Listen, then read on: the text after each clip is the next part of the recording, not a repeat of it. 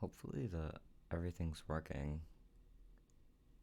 Hopefully I set everything up right. I'm just gonna play this while we wait. Shout out to whoever downloaded this file.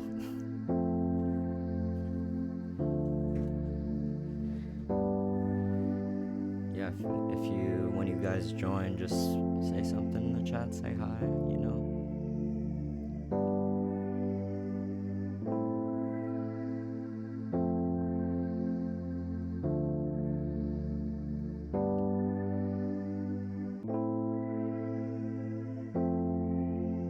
It's been a long week, so, you know.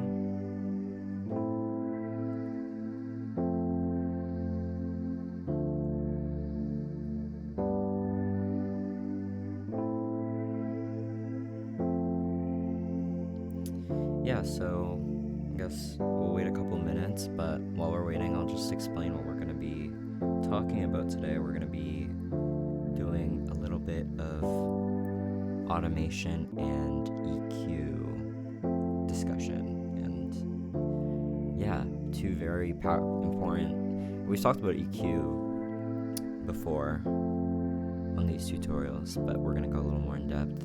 And then automation is really important for a dynamic mix or dynamic song, I guess, in general. I'll be back 1 sec. I need a pillow. Damn, give me 1 sec.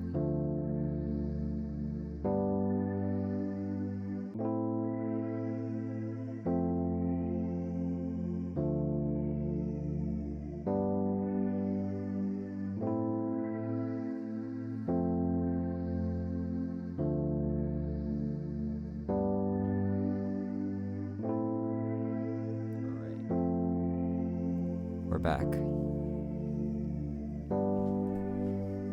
Okay, we'll wait 1 more minute just so everybody can get in here.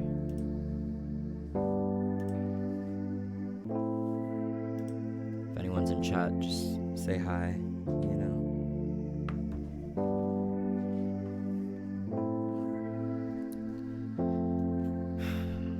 Okay. Damn. I'm so short.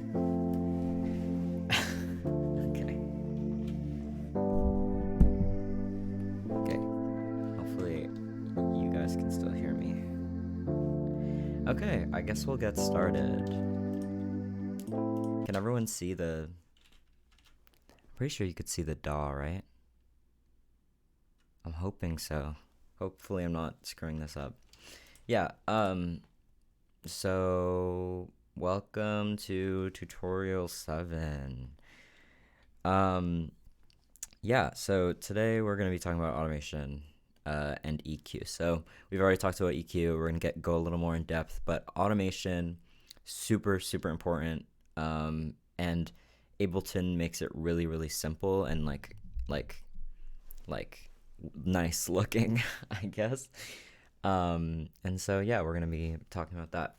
So first of all, like, what is automation?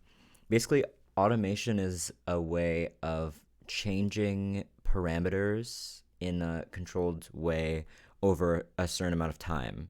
Now, these parameters are often like on effects and things like that. So for example, turning up the dry wet knob on an EQ, on a reverb, which basically just allows more of the effect to like occur. So we'll start now with like a reverb. So if you remember, you go to audio effects and you can just search for reverb. So let's just get a very basic reverb on here. So before we start, this is what the original song, or the original loop sounds like. We were listening to it for a bit when we started.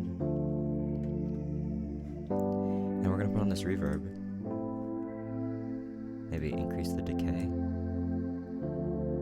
so you can hear it gets more spacious. And if you know, we've talked about this before, the dry wet knob allows for certain, like the amount of reverb, I guess, to occur. So if we turn it down to 0, we get back to the original loop. And if we turn it to 100, you're going to hear only the signal that's coming through the reverb. So very spacey, very, very spacey. Hopefully I'm not too loud.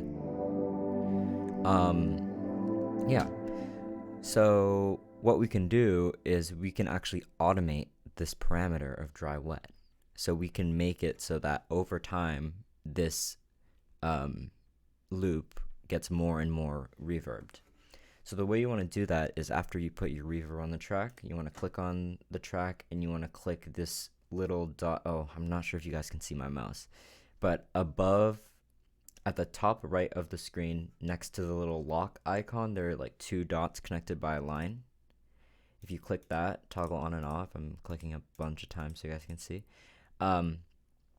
This is where you're able to see your automation, and you can see that these red dotted lines get pulled up over all of your tracks. This is basically saying that we're editing the automation of a track. So again, automation occurs because you're automating a certain parameter on one of your effects.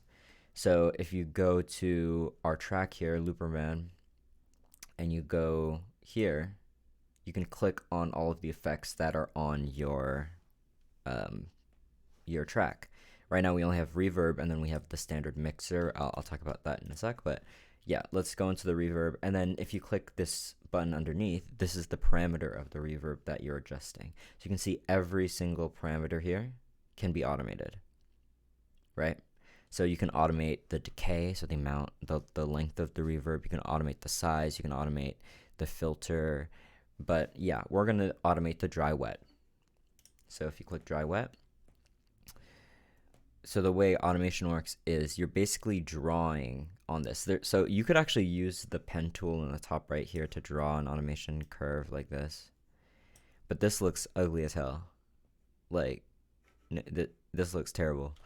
And they're making it so hard for me to undo that because it's a pen tool, which is great. So I'm just going to delete all of this. You can click delete, select where your automation occurs and click delete to delete it. So yeah, don't use the pen tool. The more like fun way, the better way of editing these parameters is by clicking on the red line, and you create these little dots, and you're able to drag these dots around and change the way that the parameter is automated. Okay? And you can change the timing of it. You can say, oh, well, we want to start increasing the reverb after 4 bars. We can change anything about these. Like, these dots are interchangeable anyway. So let's just do a simple line here, and you can hear over time, and you can even see the dry wet on the reverb increasing, the knob increasing. Over time, the dry wet's going to increase, and you're going to hear that the sound gets more reverbed. So I'll be quiet now.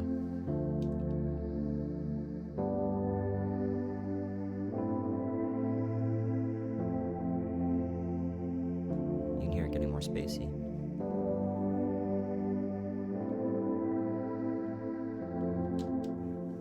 Okay, so that's a very simple automation curve. I'm going to try a different effect now to show you. You can do this with any effect at all. Let's go, maybe let's get some, what would be fun to do? Let's do an EQ, because we're going to be talking about EQs later. So I'm going to put an EQ8 on here. And a very simple effect that I use a lot, I think a lot of people use it a lot, is just very simple EQ automation. This is used a lot in electronic music, basically putting like a low pass filter or high pass filter on a track and then slowly increasing the width of that curve so to allow more frequency through over time. I'll show you what I mean. So let's create a new curve on our EQ. So we have this 0.8 here, and this frequency knob allows you to change the frequency of how much sound we're letting, or which frequencies we're letting through. My fault. So you can see here, as I increase, you can hear more high end, and as I decrease, you can hear less high end. You're only getting the low end.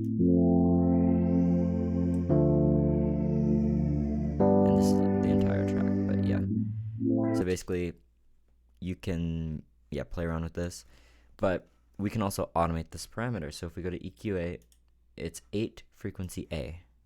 So that's this frequency knob right here. And we can actually go and draw dots on our little, click to add dots on our little EQ curve. And so if we just do a simple line like this, over time, we're going to be letting less and less higher frequencies through. So let's take a listen. It's a very slow curve, actually. I'm going to speed this up.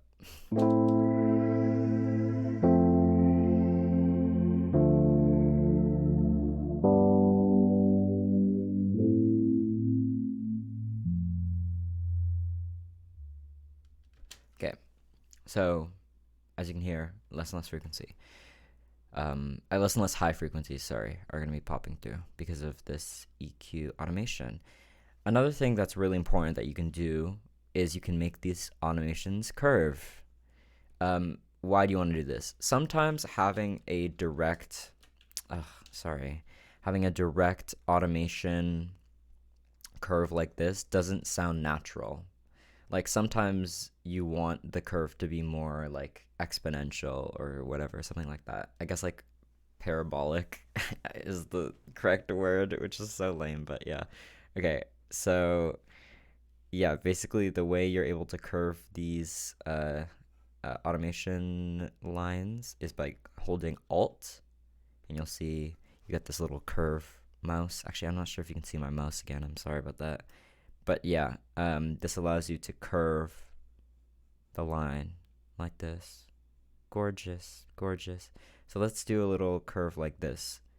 So basically, the frequency is going to drop faster, and then over time, yeah, you'll just hear it.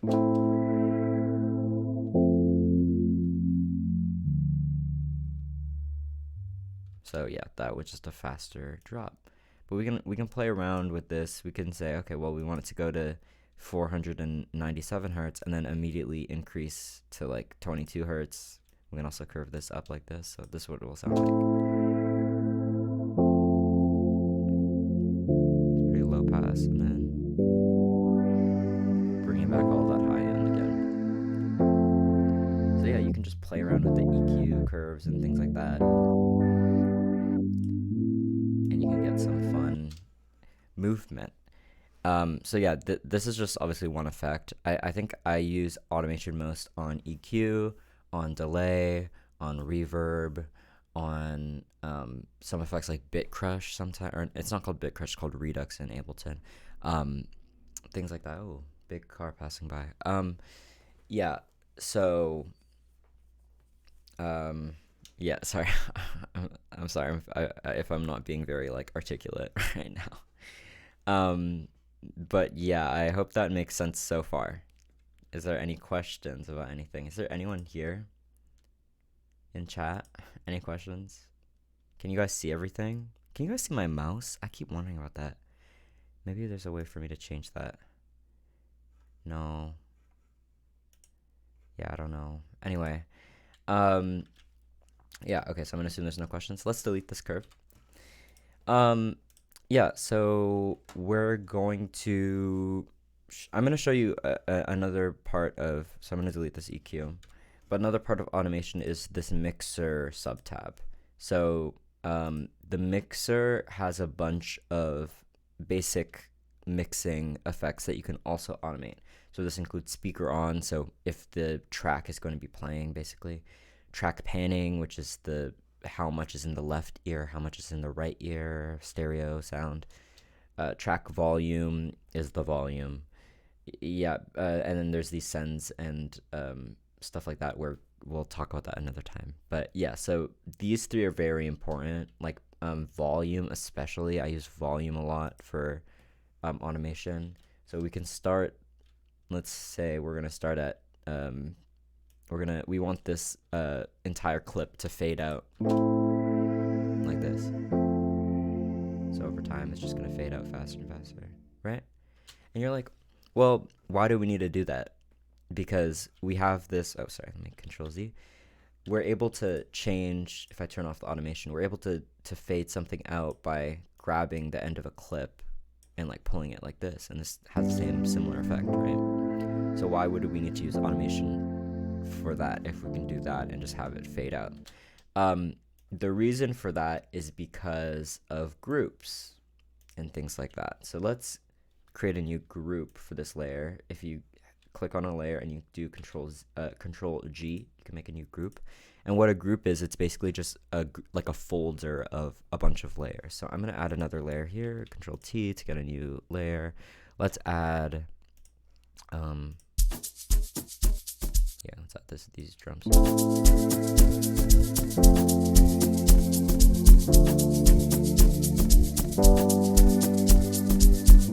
mean, it sounds terrible, but you know what I mean.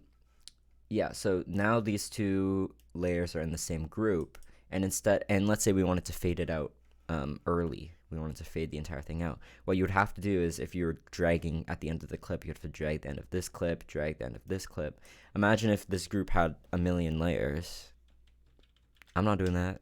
So instead, you could go to the automation tab, you can go to this group mixer, and then go to track volume, and then you can fade out the entire group.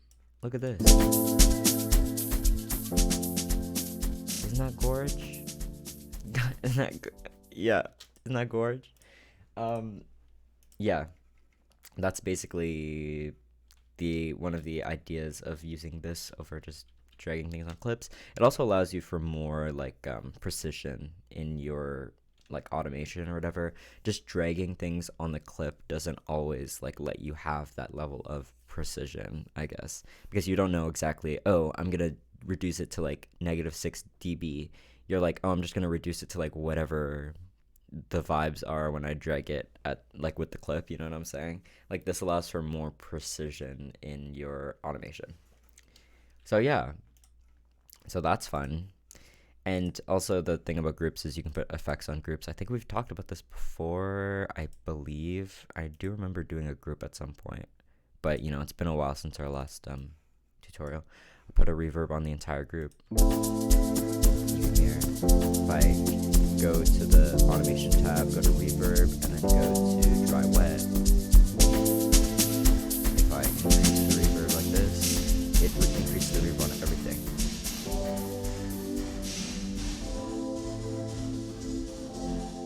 So yeah, very fun, right? So fun. Let's see if there's anything else I can talk about for automation.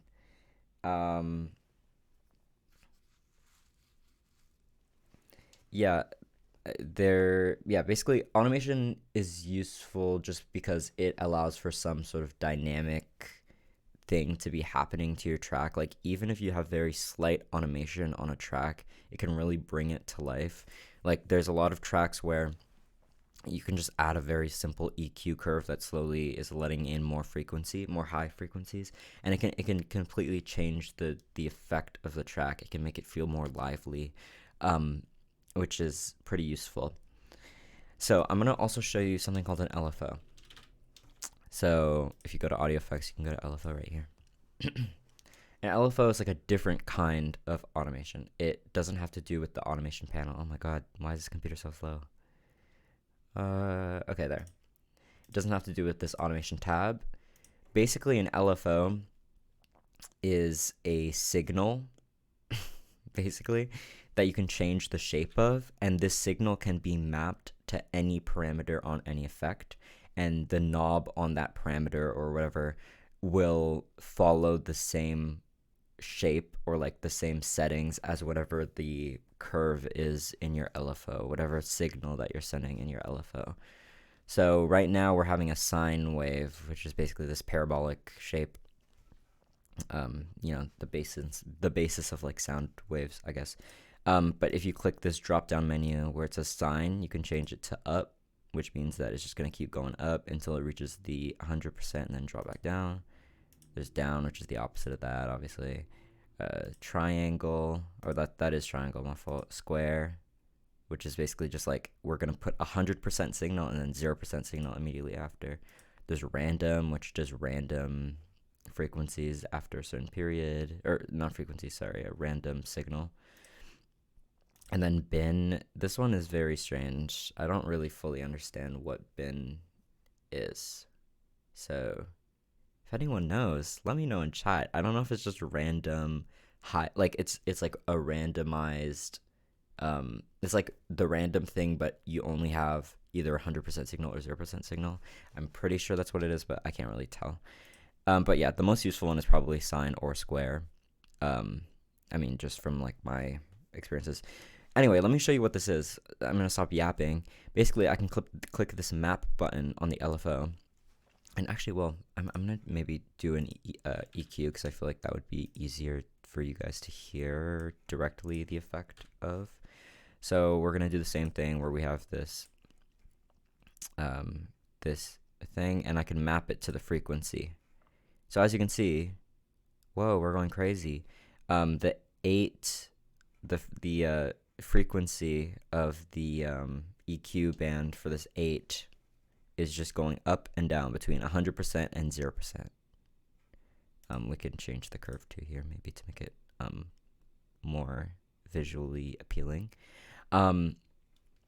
Basically, this sine wave is being translated into frequency. So we can, if I change it to a square wave, it's going to go from 0 to 100 to 0 to 100. Let's hear what this sounds like.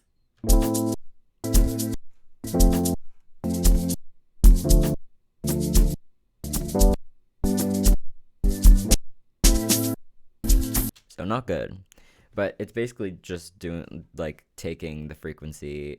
Because the frequency is so low here, you genuinely can't hear anything. It sounds like there's nothing playing in those in-between parts.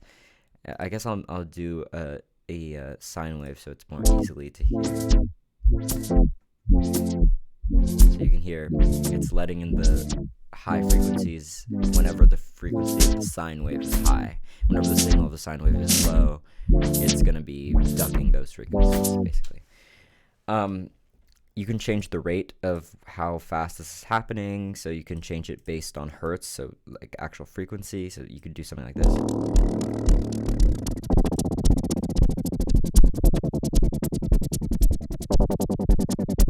Which, I don't know why you would do that.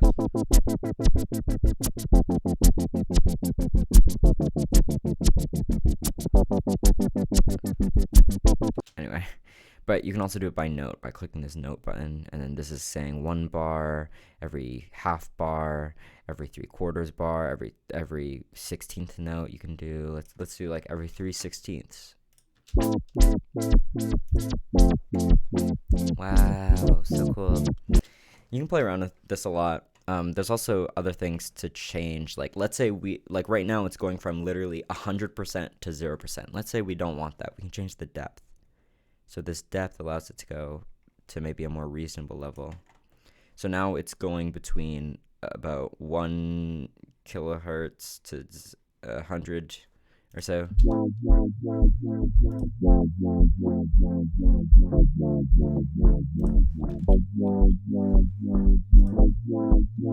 can hear that. And then you can also do offset. So let's say, oh, this frequency range is too low. Let's do a higher frequency. You can change the offset to higher. And now it's going between 10K to 1K. So way more high end. You can change the offset again.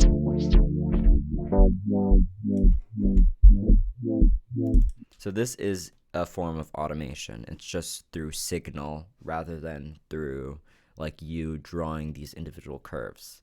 So this is actually very useful sometimes, like if you want to have that movement. Sometimes you can make the depth very, very shallow, and then the movement is very, very subtle, so you can barely hear it, but it adds a little more like liveliness. Or you can have the effect be very, very audible. You can play around with it. It depends on the context that you're using all of these tools, obviously. But it's useful because you don't have to literally draw the automation curve like this. You could just say, oh, well, I'm going to send a sine signal, and we're going to control the frequency of this EQ, basically. Hopefully this is all making sense. Another thing that's cool, I guess, is you can actually automate the LFO, too, through automation tools. So we can say, oh, we're going to automate the offset. But who would do that? Nonsense. Yeah. But yeah, we have this weird effect going. And then once you delete the LFO, it's just going to be back to normal. Okay. What else should I talk about for automation? What else do I need to talk about? Okay, auto pan. Now, I really love auto pan. It's probably like one of my favorite effects on Ableton. The issue is this stream gets down mixed to mono, which means that you're not going to be able to hear anything in any of the stereo fields. You can't hear anything in only the left ear or only the right ear or whatever. It just won't work. You're not going to be able to hear anything. So I'll just explain like the theory of it, and you can try it on your own time. You're just not gonna be able to hear the effect of what it's gonna sound like, which sucks. It sucks so much. I'm so sorry. But yeah, basically, auto pan is this effect that can automatically pan audio between your left and right ear with some sort of shape or signal. So you can change the amount here. This amount is basically how much in one ear or in the other ear you want the signal to go. So let's say we want it 100%. So all of the signal is going to be in your left ear at one point at the high points of this diagram, and then it's going to be in your right ear at the low points of the diagram, etc., etc. Basically, it's just going back and forth between your ears at a certain rate that you choose. And so again, you can choose a rate based on frequency, or you can choose a rate based on note length. So you can say, oh, every half measure, we're going to be going back and forth between our ears, which I can hear, but I don't think you guys can hear the panning effect on your end, which sucks. I'm so sorry. Yeah, there's also phase, which changes like basically like the offset of like, not the offset, like the shape, I guess, of the panning, and like, yeah, it makes for some weird effects. I'm not sure if you could actually hear that again in this stream, but then the shape also changes like how wide. Like you could change a sine wave to look more like a square wave almost. So it's basically like going immediately from one ear to the other ear. And then obviously there's a lot of different shapes. You can have like a saw type thing, a triangle, or you can have random, which is also really fun. It makes for some really weird random effects. Yeah, again, I don't think you can hear any of this happening.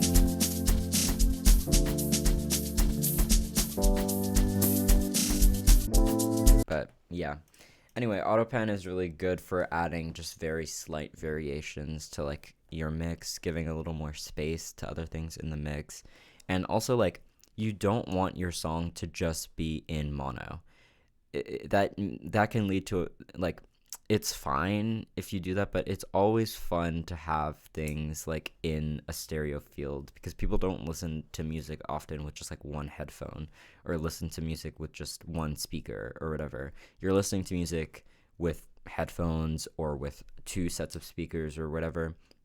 Oftentimes, making everything mono just isn't, you know, you can have so much more spice and pizzazz if you have panning in your mix, basically. I'm so like, I feel like I'm not explaining these things very well, but I hope this is making sense. I can't tell because no one's talking in chat, so I'm just hoping that this is fine. Yeah, so that's panning. Cool. Again, yeah, you probably couldn't hear that effect because everything gets down mixed to mono, but anyway. So that's pretty much it for automation. There's some other things. So for example, you can visually see two different automation curves if you want to. So let's say you want to automate the volume here.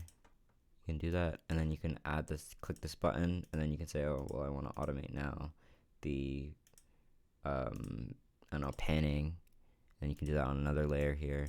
Basically just lets you see all of your layers of automation at a glance with this plus and minus button, which is very, very useful when you're mixing and you're like, oh, why can I not tell why this entire group is like EQing out things in a weird way. You could see all of your automation curves at a glance, which is really helpful. Yeah, let's see. guess that's it. I'm trying to think of what else I could talk about for automation. Um, yeah, but basically, automation is useful. Um, Very useful tool. And I would suggest, like, if you're ever doing, especially if you're doing like transitional things between sections, a really simple transitional thing is to like add delay that gets higher in your dry wet, or reverb where the dry wet increases, or even have like an EQ thing that like brightens up the entire mix before transition. And basically like it gives it a little more like it gives it more of a feeling of like, oh, we're in a transitionary section of the song, and it makes the transition sound smoother or whatever. A very simple way to help fix some of those issues. If you have some of those issues of like, I don't know how to transition from this part of the song to this part of the song, you can try automating certain effects and seeing like what happens with that. Yeah, I feel like I'm on a little tangent right now, but yeah, are there any questions? Is there anyone watching this right now who has any questions in the chat at all? Don't be shy. Don't, okay. Yeah. Well, I'm gonna assume there's no questions, so we can talk a little more about EQ, but I don't know what exactly I can talk about. I feel like I've talked a lot about EQ in these sessions, but I'm going to try to explain maybe EQ as it pertains to mixing. And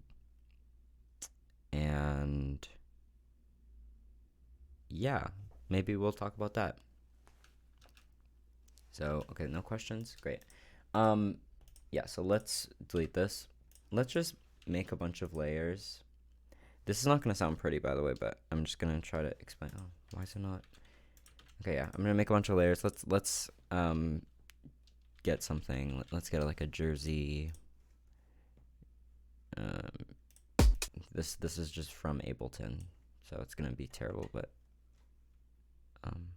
yeah. Let's just duplicate this a bunch of times. I'm clicking Control D to duplicate. Then we can change the loop markers, so we're just leaving this section.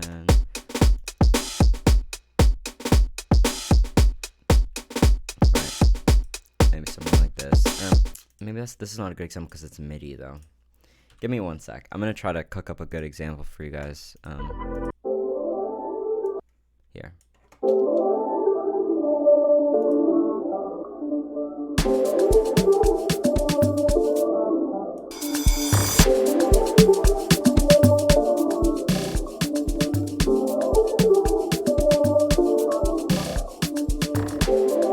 Maybe something like that.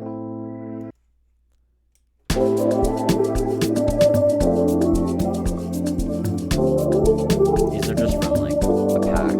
Obviously, I'm not making this. And I want something with like a really bassy kick. Give me 1 sec. I want like a drum break maybe. Let's get something like maybe something like this. Okay, so this sounds terrible. Oh my god, it's so loud. I hope you can hear me over that. Okay, yeah, so this does not sound good. But like, let's imagine it did.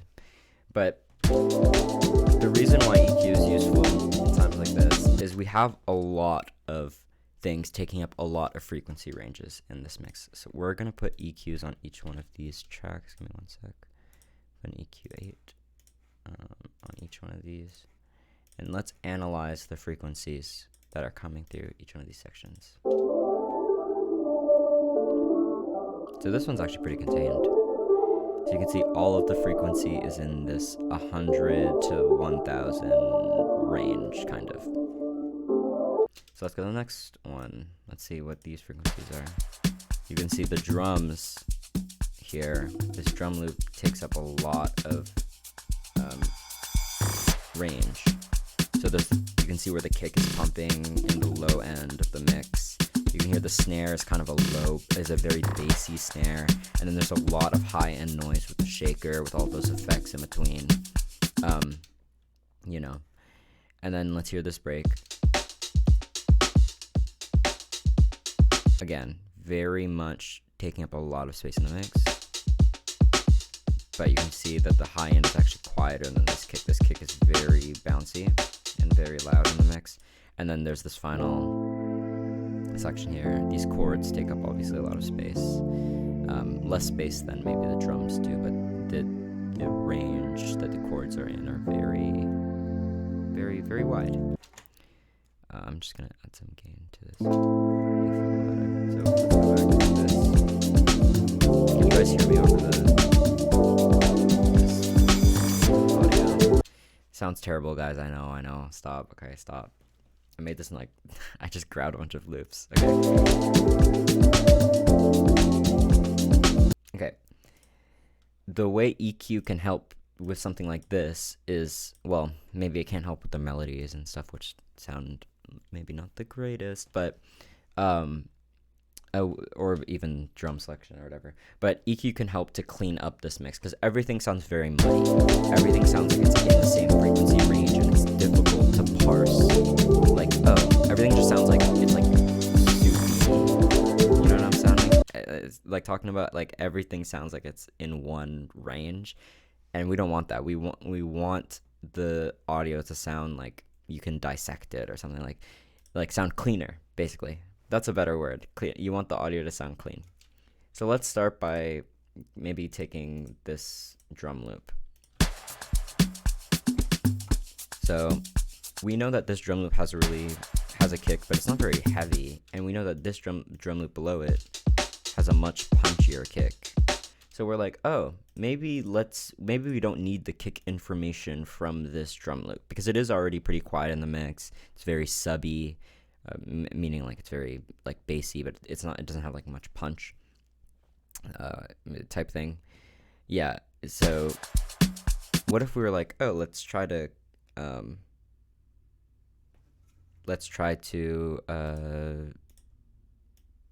reduce the bass. Sorry, someone texted me.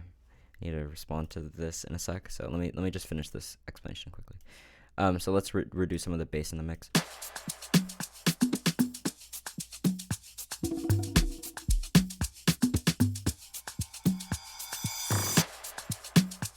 So we can do something like that, or you can do a shelf. Usually people suggest using, oh, that's the wrong way. Oh, that's not the right. So a shelf is something like this, which basically just allows you to cut off audio, but not like truly cut it off. Like this, sometimes there's weird issues when you just like hard cut an EQ, like you hard cut your EQ or whatever. But this basically has the same thing where it's reducing a lot of that kick.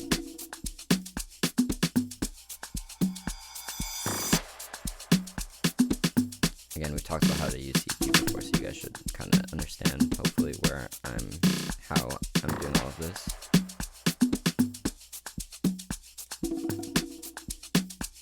So now we have all of the high-end information. I really don't like that really sharp thing in the center here. So I'm going to try to take a little bit of the high-end information out. Let's take something like this, maybe.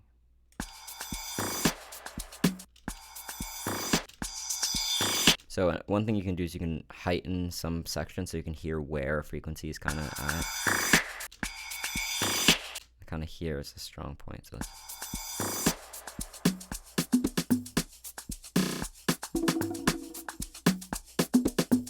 I really like these bongo type. So I'm gonna increase that with this one.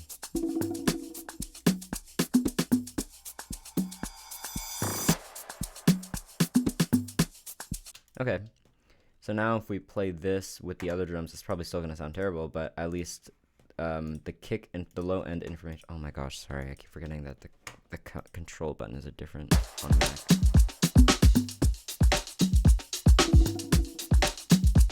You can hear the kick is really coming through more. It sounds punchier, whereas if we had it before, there's a lot of low end information that's fighting for our attention.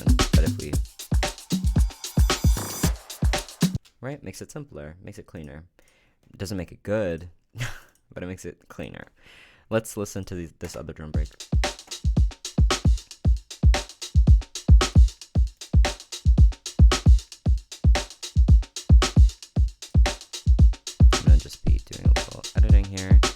I already like made the kick a little bit louder here.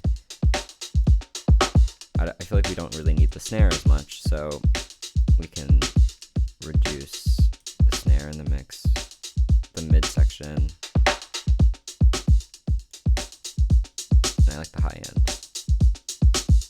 Let's hear it with this. Actually, maybe we do need that snare because there's not really a snare in this. It's not really a very impactful snare here. Yeah, so we do need the snare.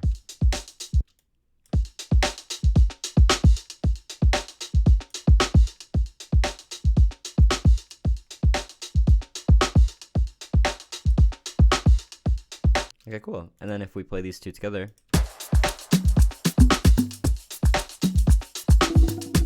notice how much like it sounds like these two loops should kind of be together, even though they're so different.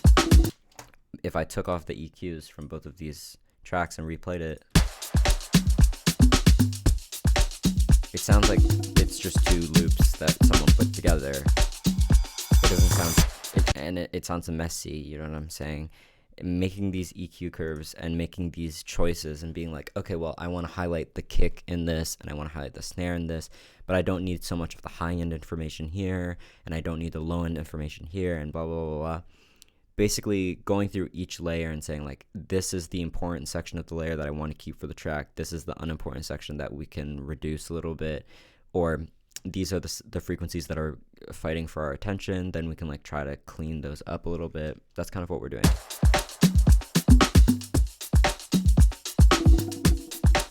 Sounds way more like together than if we had these off. Like this sounds crazy. Yeah, hopefully you guys can hear that. Hopefully I don't sound like I'm insane. Yeah, so let's go add these chords now. Oh, wrong button again. Okay. Well, actually, I'm gonna just highlight the two melodies first.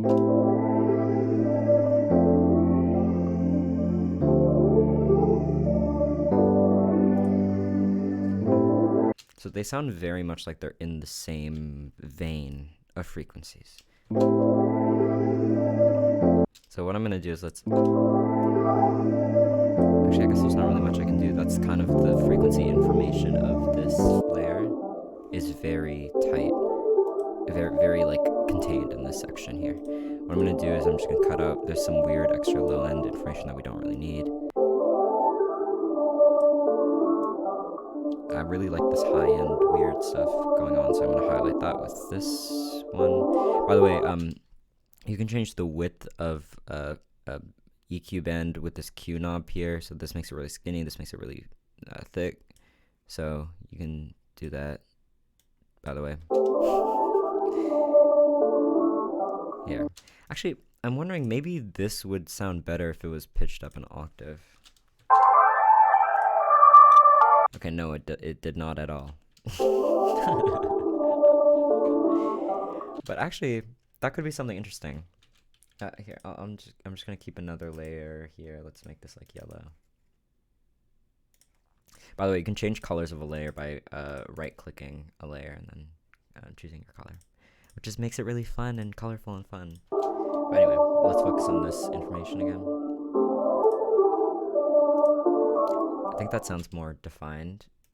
And then if we go back to this piano section, we know which frequencies between 100 and 1K that this other Looperman loop is kind of taking up. So let's just reduce some of these frequencies in the middle.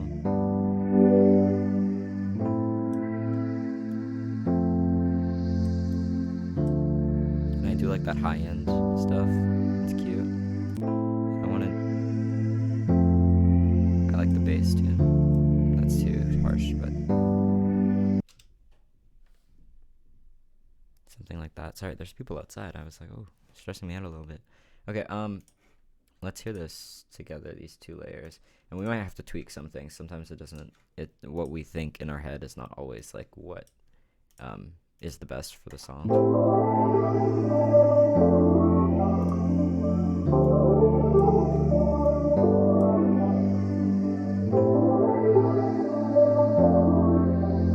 It's a little harsh. There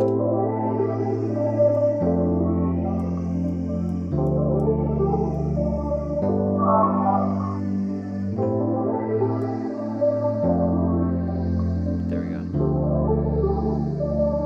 That's better. So if we hear this, it sounds like these loops are kind of more together. This one is more subtle, but if I took these EQs off, it sounds a little more messy. Just a little more, like it just feels like very, very slight. Like sometimes these EQ adjustments are things that people don't even realize, but like even just that little extra bit of high end with this loop here really lets everything, like, I don't know, sound more together. And then let's add this drums back.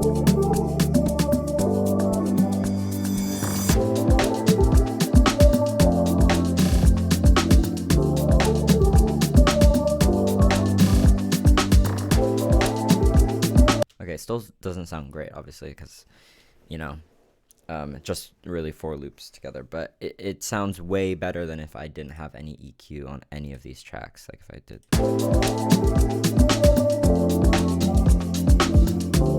Like if I took off the EQ on these tracks. This one's like way messier than if I put these EQs on. It makes just more sense. Just makes more sense. Hopefully you guys can hear me over the beat or whatever. Let's try. It was an interesting thing pitching this up. I do want to try that. So we talked about warp modes previously. If you don't know, basically you can warp audio. You can change the pitch in this little menu here. Let's put it on complex.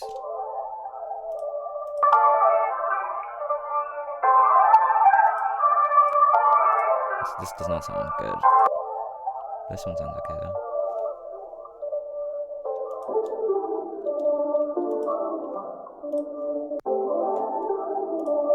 Maybe if I offset it.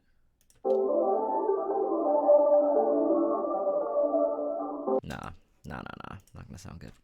I thought it would, but it didn't, so it's fine. So yeah. So we have this. Why not let's talk a little bit more about automation. By the way, I Control D to duplicate. Let's say we want to start with the song with just the melody part, and then we want to bring in the drums, right? Like it sounds a little sudden, right? What we can do is we can use automation to try to make this make more sense. So let's copy this over, let's paste it, and let's use some automation, maybe some reverb. Let's go to reverb, put some reverb on here, and let's make the decay really long, and then the dry wet we can automate. So if we go back to our automation tab, change the dry wet effect, we can do something like this.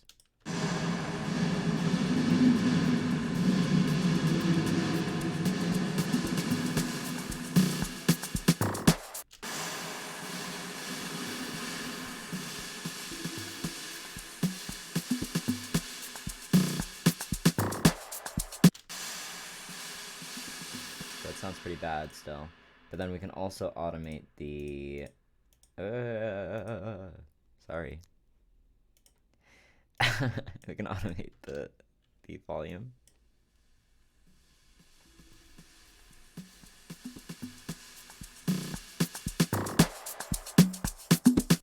And then let's hear this. Oh, my fault. Let's hear this.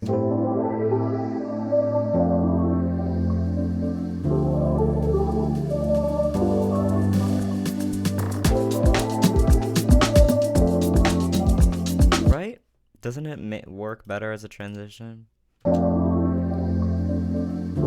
And the reason it works is because this reverb is immediately very roomy, very spacey. It's very, like, you know what I'm saying? It allows for a lot of space. And then over time, we're letting more of the original mix back in, and then it hits, right? Obviously, again, the song does not sound amazing, but you know. Okay, well, hopefully, okay, we talked about EQ, we talked about automation. Is there anything that I missed? Okay, one last thing I want to talk about, and this is perfect because I just put a reverb on here. This, the order of your effects in your little chain here matters. So if I put the reverb before the EQ, it's gonna be kind of hard to hear, but let's hear the difference before of the reverb before the EQ, and then let's put the reverb after the EQ. Actually, I guess very hard to hear.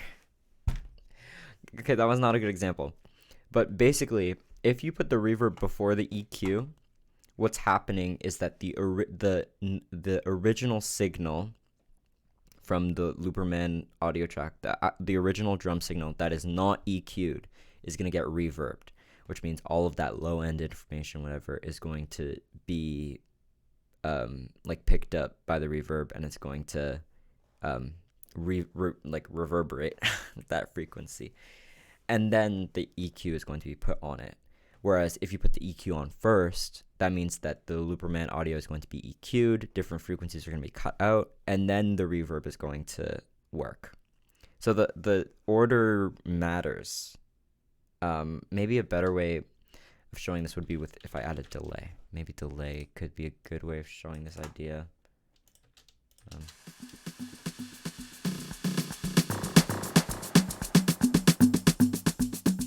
I'm not sure if you can hear that delay. If I put the delay before the reverb,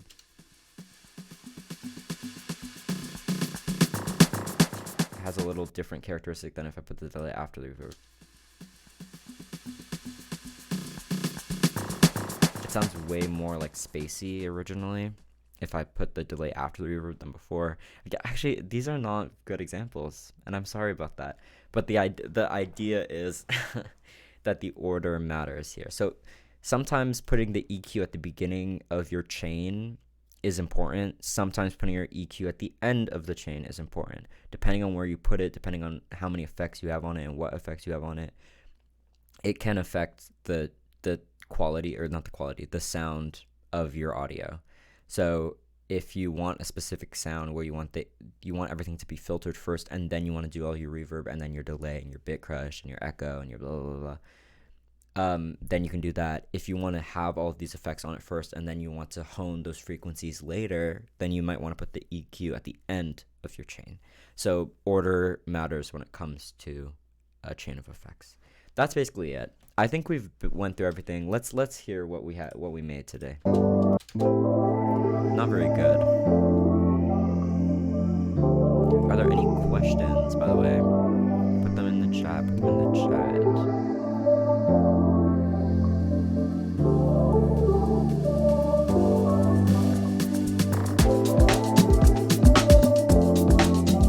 I really don't like that snare, actually. It's kind of ugly. No questions in the chat. So yeah, that's what we made today, I guess. Let's go stream ending. I hope you guys enjoyed that. I hope that was informative in some way. I hope I wasn't just rambling. Shout out to the one viewer in chat. Yeah, so we're gonna be back next week with, I think Joseph is gonna be doing next week's stream. And then I'll be back 2 weeks from now to teach you something else. Yeah. So I hope you guys enjoyed this. I hope this helped. And so I hope I wasn't just like yapping. But yeah. Okay. Well, have a great day, everybody. And yeah.